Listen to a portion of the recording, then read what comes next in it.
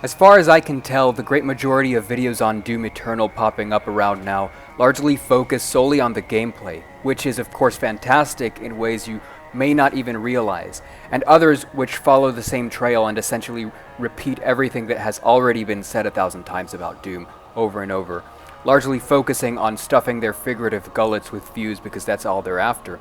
But if you're not a proper meathead whose acute determination is to feel like a demigod tearing demons to shreds and inadequately sating your need to blow shit up, you may be one of those players who has a more curious sensibility.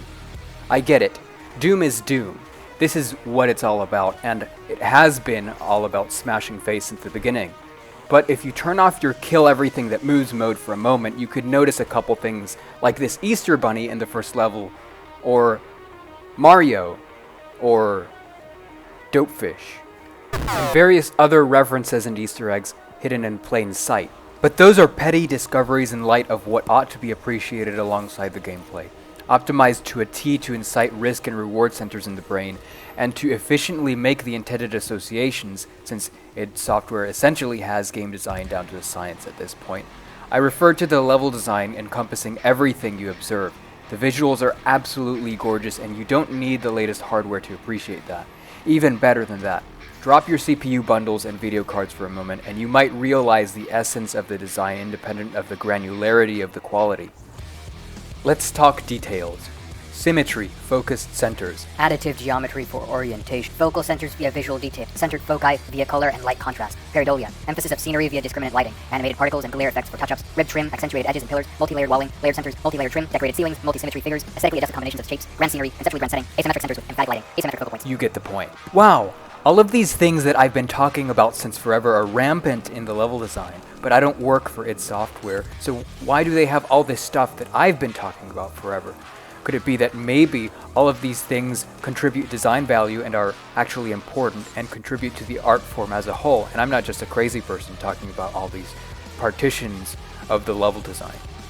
The remainder of this video will just cover some of the most prominent design facets as a toast to the various level designers that contributed to the game, whose work as a whole is often ignored.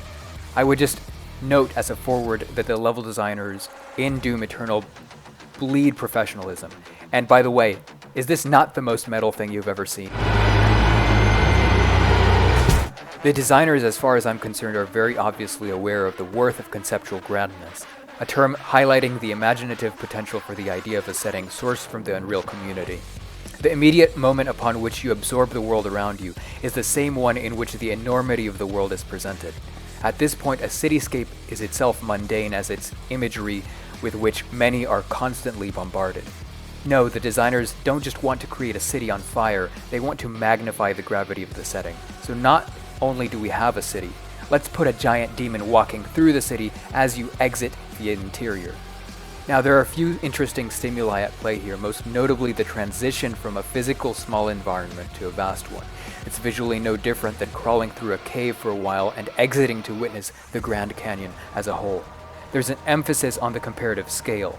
You had a sense that you were so big relative to the world around you in a cramped hallway, only to realize that the exterior dwarfs you. The cherry on top is the giant demon walking around, but it's not trivial. And this occurs in various parts of the campaign.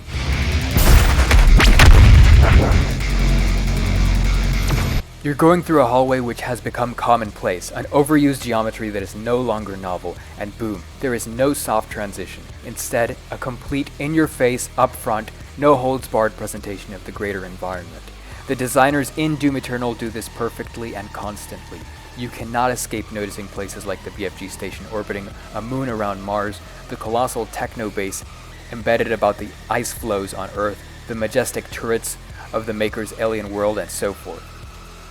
Artistically crafting all the components of a level together in a masterful way is challenging as it is, so adding a spin on that is usually something that does not improve the mess anymore, but changing environments and moving those parts of the same levels that are engineered to satisfy both functionality and aesthetic is impressive. And the functionality is not only a descriptor of its immediate physical motive, but also the interactive relationship with the player.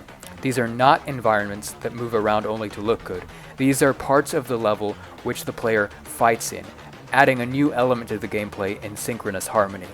Sure, a lot of the contraptions are simple, but having to put them together along with the other stuff is not an easy thing to do. The designers are obsessive about focal centers, many of which are composed through lighting and color, irrespective of the geometry of their surroundings. As the descriptor indicates, these stimuli orient the environment and the player, inducing attention towards the focal point, and this technique can be crafted to various ends, like fixing the view in order to more acutely absorb pattern formations, and to influence the observation of the whole scene. The sheer detail and the detail density, if you will, in the game are also incredible, even in places where you wouldn't imagine anyone snooping around, like, say, a vent or a dead end. There's fine and coarse detail additions in the form of props and panels and such. The textures themselves do a lot to support this mind. If you inspect some of the areas for detail, you'll also find a few Easter eggs as well, like I mentioned before. Well, I'm out of coffee, so I'm losing energy doing this.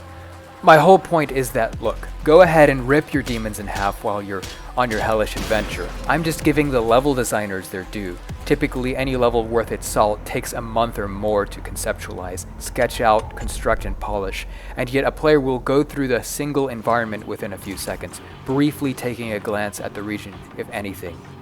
The greater among those environments will be acknowledged with a few more seconds of time.